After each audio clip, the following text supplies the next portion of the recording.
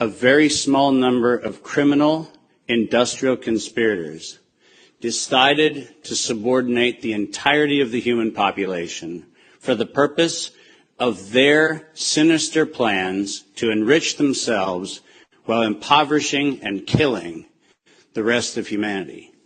And I'm done being polite. We've long passed polite. When the words acceptable death rate become part of an industrial norm, we have lost the plot of humanity.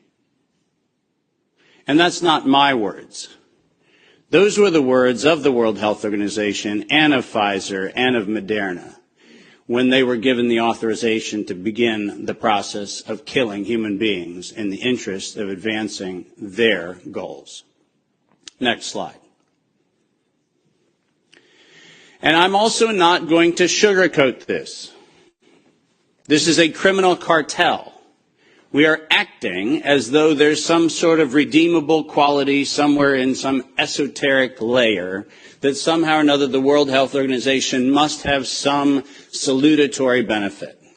Well, I'm going to tell you, since its formation in the 1940s, the World Health Organization has been nothing more than a criminal cartel that has a sole and singular intent. And I will show you the document that proves what I'm saying. This is not an allegation. This is actually provable by their own words in their own hand. And they use a four-step process to execute every one of their nefarious plans. They begin by planning an exercise, then they go to the business of funding that exercise, then they create the rationale for the thing that they're going to do, and then they deploy and profit from it. And in violation of 15 U.S. Code Section 19, which for those of you listening, coincidentally started with the Clayton Act in the same year that the World Health Organization in the United States, 1913, the same year the World Health Organization's progenitors also started. So I find it fascinating that we passed the Clayton Act in 1913 and we set in motion 110 years ago the criminal conspiracy which we now call the World Health Organization. 110 years later. And in violation of TIFU, or TEFU, I don't even know how to say it, the TFEU, the treaty allegedly for the functioning of the European Union, which I think needs to now be called the Treaty for the Dysfunctional European Cabal, Article 101 unambiguously lays out the conditions that this was never a public health anything. It was racketeering for the purpose of instilling terror to adapt the behavior of a population. Period. That's what it was.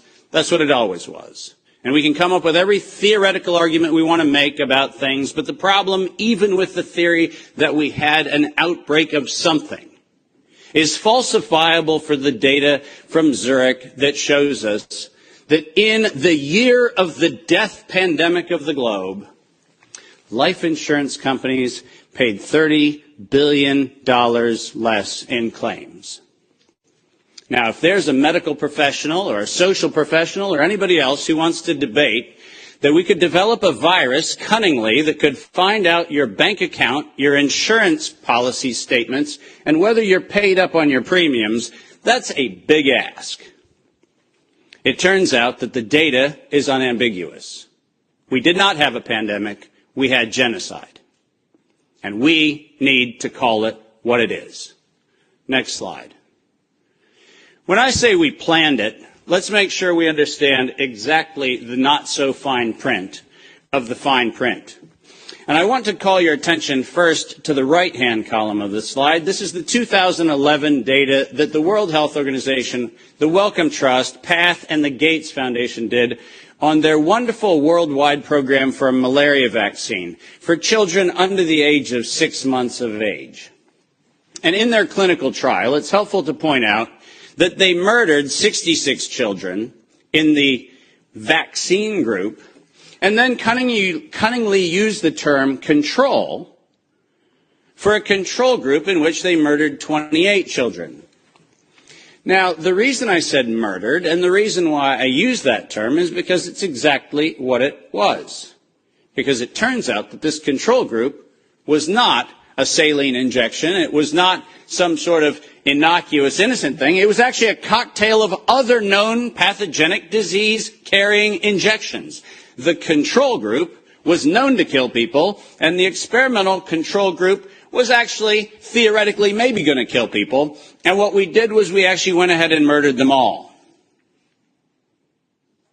And cunningly, under Article 5, Section 13, which I've put on this slide, I want you to understand why I said, at its formation in 1947, when the WHO was funded and founded, it was funded and founded by people intent to commit a crime because of their own language. Section 13 of Article 5 ends with the following statement. Immunity from personal arrest or detention, blah, blah, blah. Immunity from legal process of every kind. Now, if you didn't intend to commit a crime, why would you need to give yourself permanent and absolute immunity from every form of prosecution, and it's worse, even investigation for prosecution of every kind? People sit there and pretend, well, that's like diplomatic immunity. Do you realize this isn't even meeting the standard of diplomatic immunity? This is a criminal organization who set in motion their own law to protect themselves against crimes they knew they were going to commit. And when I say they knew they were going to commit, I mean they knew it. Because their first Director General, none other than Dr. René Sand, who happened to be in the hospitality of the Germans in Dachau in 1940 earlier, in 1947, mysteriously, with the largesse of the Rockefeller Foundation, was nominated to become the first Director General of the WHO. And within 5 short years, René Sand decided to authorize the real purpose of the WHO in writing by then Director General Dr. Brock Chisholm, who advocated for population control as its primary objective. Does that sound like public health to anyone in this room? This is not public health. This is the advancement of the same genocidal program that began with the Carnegie Foundation's funding of the eugenics office at Cold Spring Labs in the United States in 1913 under the philanthropy of Andrew Carnegie. People, stop fooling yourself. We debate the leaves on the tree of what we call this pandemic thing, but we're not going to the root. This was an organized crime, racketeering entity set up to give itself first absolute immunity and then execute its plans to make sure it controls who lives, who dies, and who gets any chance at life. And if you think that I am somehow inflating numbers, let me be unambiguous. Under every treatment of tax provision, if I were to tell you that there is an 88% controlling interest of any organization, you might conclude that that actually aggregates into a controlling interest. And it turns out that if we look at the foundation donations to the World Health Organization, 88% of those come from a single organization, the Gates Foundation.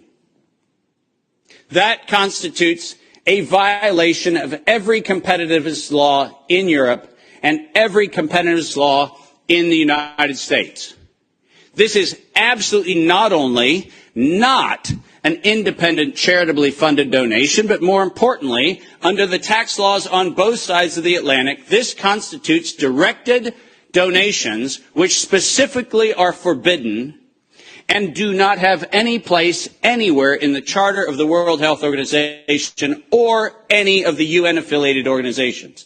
When I say this is a crime, I mean it's a tax crime, a racketeering crime, a money laundering crime, and now the crime of racketeering leading to murder and global terrorism. Next slide. I told you that the second thing, after they plan it, is they fund it. And why don't we use the criminals' language in their own words, because it's the best way to say it. When they actually planned the release of the use of a biologically modified chimera associated with the model derived from coronavirus, they actually said the following: to sustain the funding base beyond the crisis, we need to increase the public understanding for the needful medical countermeasures, such as a pan-influenza or pan-coronavirus vaccine. Now, let me pause for just one moment and remind you that the crisis that they were speaking of was a crisis of diminishing funding. There was no health crisis. This was a crisis of their coffers were starting to run dry. That's the crisis. And let's read on. A key driver is the media, and the economics will follow the hype. We need to use that hype to our advantage to get to the real issues. Investors will respond if they see profit at the end of the process. That is officially the statement made by the conspiratorial cabal that by that time was the decade of vaccines put in motion in 2011 by the Global Preparedness Monitoring Board of the World Health Organization, and it was the funding base for Peter Daszak's partnership with the chimeric production of pathogens both in North Carolina and in Wuhan. So don't tell me that we have to do an investigation into where this came from. The criminals have admitted to it in their own words. Next slide. And now we get the fun one that no one in Congress is willing to address, which is the elephant in the room. On October the 21st, 2014, despite the multiple conversations between Senator Rand Paul and Anthony Fauci, where we've been told that Rand Paul has done everything he can to put Fauci on the ropes, he has had in his possession the letter that you see on the left. And it is the letter, conveniently on NIAID letterhead, sent to the University of North Carolina, Chapel Hill, which unambiguously states that during the gain-of-function moratorium, which, by the way, if we use the word moratorium, feels like that means you're supposed to stop. Why don't we go ahead and look at two pieces of this letter. First, the second bullet under Project One, which, by the way, was not part of the original grant. This was to look at the novel functions of the virus pathogenesis in vivo. You know what that means? In living systems. The grant was supposed to be clinical simulations and models, but this grant was modified with this letter to say we were going to authorize gain-of-function research during the moratorium in living systems. And then we love the last paragraph of this letter, which conveniently says, as your grant is currently funded, this pause is voluntary. How many times have you met a voluntary moratorium? And the best part about it is that if we look at the very last line, or continue to conduct the applicable gain-of-function research until the end of the currently active budget period. But here comes the problem. You know who is supplying the budget? An indefinite term, unlimited amount contract from DARPA and from NIH.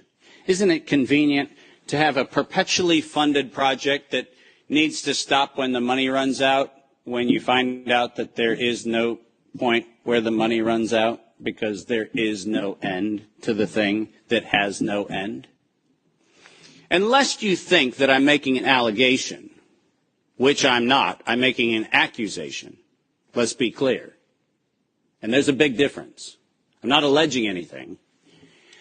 They actually went to the trouble of telling us that it was going to be the Wuhan virus that was going to get us. As you see on the right-hand side of the screen, published in 2016, March 14th of 2016, the SARS-like Wuhan Institute of Virology Virus 1, and I quote, is poised for human emergence. Does that sound like we're just surprised that something in Wuhan went a little haywire in December of 2019? Or does it feel like we were told, look at Wuhan, and look at coronavirus, and look at what we've been doing to manipulate coronavirus in Wuhan and at the University of North Carolina, Chapel Hill, and lo and behold, we're going to go ahead and tell you that we're ready to release it in 2016. Next slide. We're almost done. And then they created it. Now, all of you know that I am criticized globally for my use of the term biological warfare. I do that because I am credentialed to do that. I happen to be, for the United States government, in the early part of the 2000s and the latter part of the 90s, a person who was sent around the world to look at the proliferation of biological and chemical weapons. I'm acutely familiar with the definition of what a biological warfare agent is in the 18 U.S. Code, the criminal code of violations of biological and chemical weapons. And so my assessment is, in fact, professional and right. And the reason for that is I'm the one credentialed to make that determination for the United States government for many years. That's why I say it. But let's pretend for the moment that I'm just a nut job. Maybe I don't know what I'm talking about. So why don't we look at what the criminals said themselves, shall we? In 2005, at a conference sponsored by DARPA and the MITRE Corporation, Ralph Baric, the architect of the lethal strand that has been injected into millions and billions of people's arms, that Ralph Baric was sponsored to present the following, and let's go ahead and use his words, presentation. Synthetic coronaviruses, biohacking, bio-warfare enabling technologies. Does that sound like a public health distribution program? Does that sound like something that is accidentally misinterpreted to mean something else? Or does biological warfare enabling technology sound like not countermeasures or pandemic preparedness? It sounds to me like biological warfare enabling technologies. And the reason why I have that hunch is what followed was he received, next to his NIAID grants, non-competitive DARPA grants in matching funds for over $140 million of aggregate funding going into his and his related programs on synthetic biological warfare enabling technologies. So do I have a problem calling the injection a biological warfare enabling technology? Absolutely not, because that's what they called it. And we know that they knew they called it that on September 18th, 2019. Because on September 18th, 2019, the racketeering, co-conspiring cabal of interlocking directorates, also known as the World Health Organization, said that they were going to conduct an experience for the world that was going to be a rapidly spreading pandemic due to a lethal respiratory pathogen. The lethality in that statement is the problem.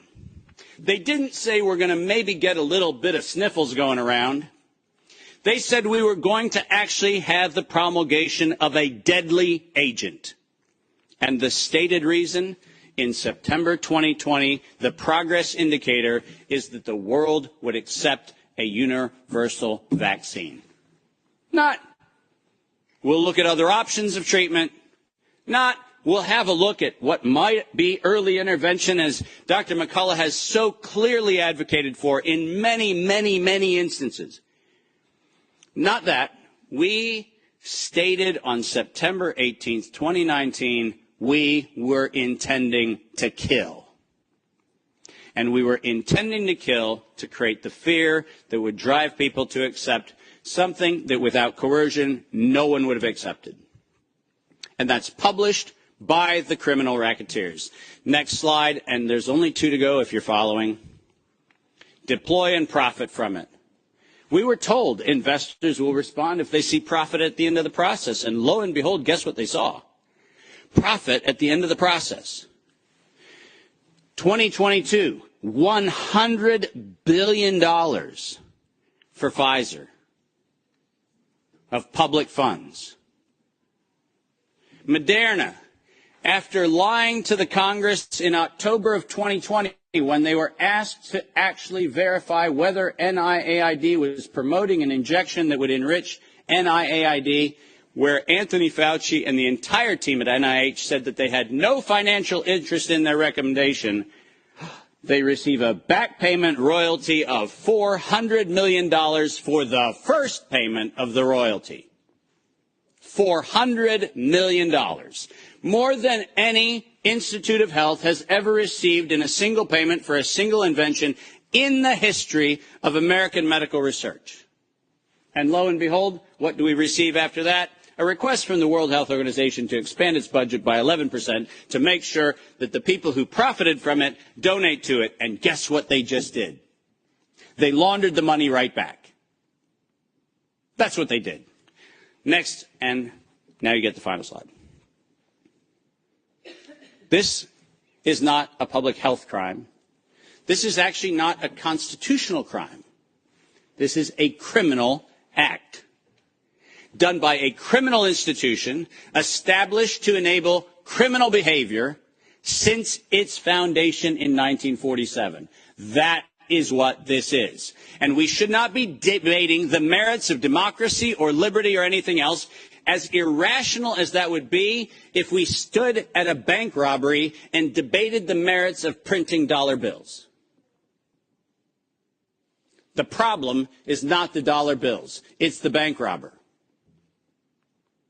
And the problem here is not health, and it's not public health, and it's not the suppression of information and the suppression of dissident views and the absolute unconscionable treatment of physicians around the world and academicians around the world who spoke out against this. That's not the crime. The crime is that we had criminal racketeers who conspired and developed a, quote, emergency.